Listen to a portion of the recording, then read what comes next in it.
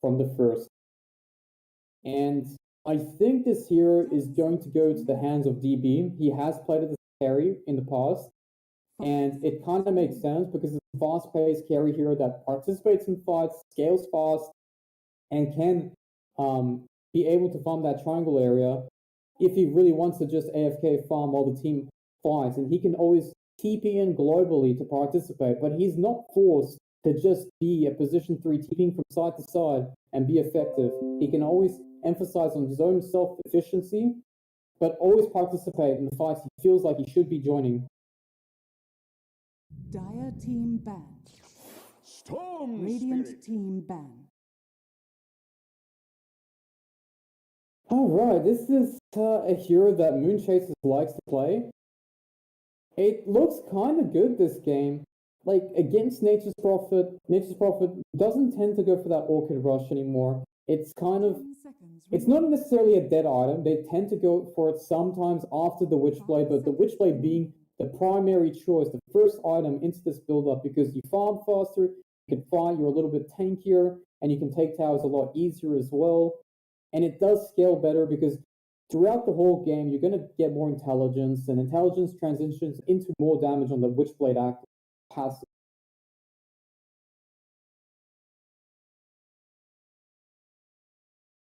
Army Geniuses just needs a hero that can actually start the fight to close the draft, because they're kind of lacking that at the moment. They have a lot of squishy heroes. Some of these heroes can tank up, like the Viper, but they're not naturally tanky to begin with. First Spirit has one of the best strength stat gains in the game, but Nature's Prophet is a hero that tends to get items that tanks them up slowly or just goes for a BKB.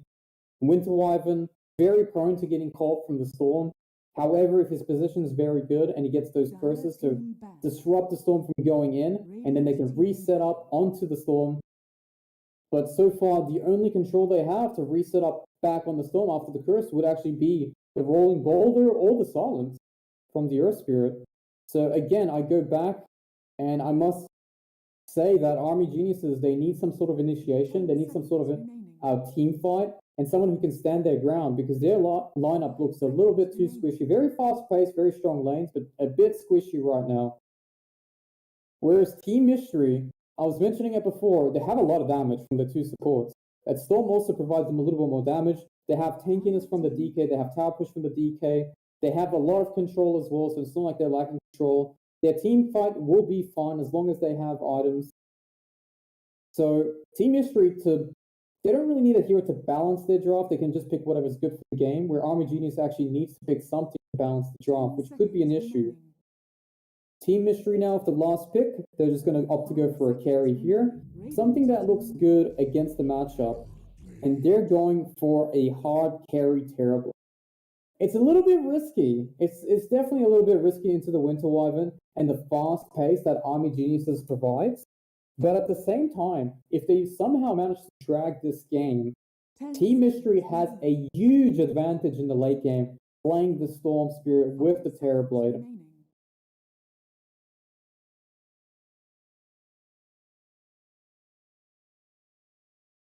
In Army Geniuses, I don't think there's a single hero that's going to be good for the counter matchup against TB and being a hero that can frontline and provide stuns. And they're going back for the axe, but I'm not really a fan of it this game. It's got to be off. Yeah, all right. So it's an axe offlane. It does have a way of slowing down the TB early game. It does have a way to initiate, and it has some control. So it's not terrible. It's just pretty much the only option that they had in their arsenal, which makes me a little bit worried, because this Furion needs to go overtime. He needs to have a really good game. And Army Geniuses can't make many mistakes in the mid game, because if they do, their pace is going to slow down. Terrorblade's going to recover very quickly. And even if he doesn't have the best start in the lane, he's just going to transition to the jungle. The supports are going to cover the lanes. Hoodwink is probably one of the best heroes to actually cover dead lanes as well. And people don't still understand this, because he kind of works like a Treant Protector or in a Winter Wyvern. You just stay in the bushes and you cast your 2 spells, clearing out the wave. If they try to hunt you down, you just run past the trees and they can't really keep up with you. So that's one of the good utilities Hoodwink has. It's covering dead lanes so that it can get that fast 6 and also delay pushes. And Team Mystery, they just need to drag out the game, so it makes a lot of sense here. It's going to come down to, is Army Geniuses going to be able to have a good start, snowball the game a little bit, and just choke out Team Mystery, or are they going to slip up in the mid game, or is Team Mystery actually going to have a decent start and they're just going to scale better into the later stages and take this game home and go for a 2-0? This is Malaysia versus Indonesia, so it's going to be very interesting to see what the styles are going to be like here. All I want from Army Geniuses is I want them to revert back to their fast tempo, and they are. They are definitely reverting back to their fast tempo, so I'm happy with that.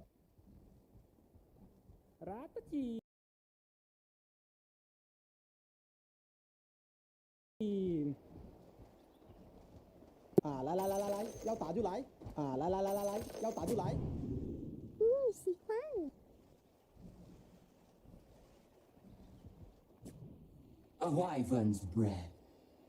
Approach you.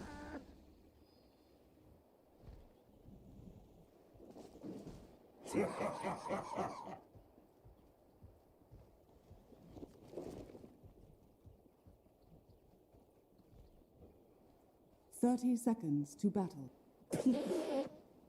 A lot of regen again on Aaron's line, but everything else looks pretty standard here itemization-wise. Yaoyu's actually gone for the Ring of Protection instead of the double gauntlet. He's still going for the Soul Ring, but the only reasons why he's going for the Ring of Protection is because against the Nature's Prophet, you have to deal with Blightstone, as well as the amount of physical damage that these treants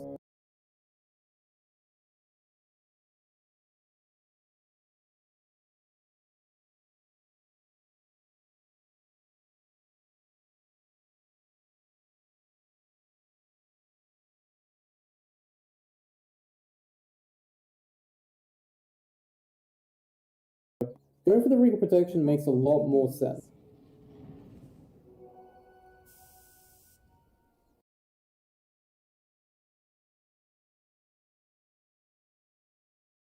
He wants it. What is this over here?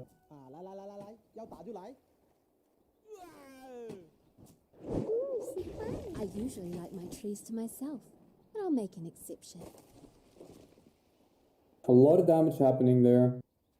He will have to return back to base and then TP, but I don't think that's going to affect DB too much, just because he's playing Nature's Prophet and not some sort of melee carry prone to getting harassed or even just getting dragon-tailed. So DB will be fine, but he's a little bit out of position here, and he takes a bit of damage.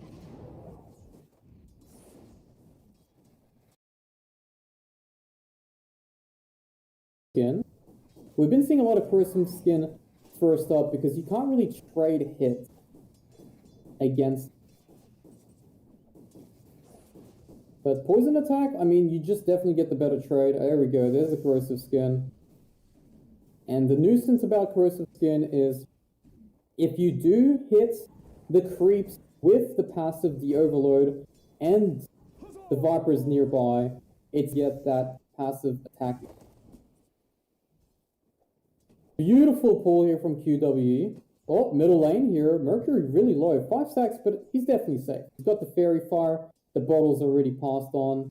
So he's got the sustain. 2-minute runes, very important for the Storm Spirit. As long as the position 4 or 5 from Army Genius doesn't contest this, Storm Spirit should be fine.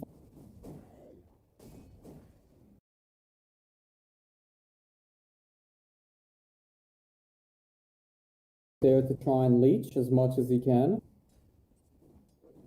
Level 2 on Aaron first. Warriors of the wood.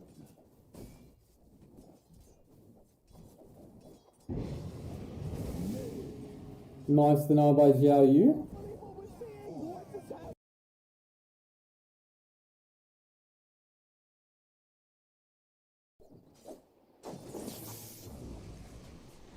Here is when the Viper's going to start playing a lot more aggressive. 2 points on Poison Attack.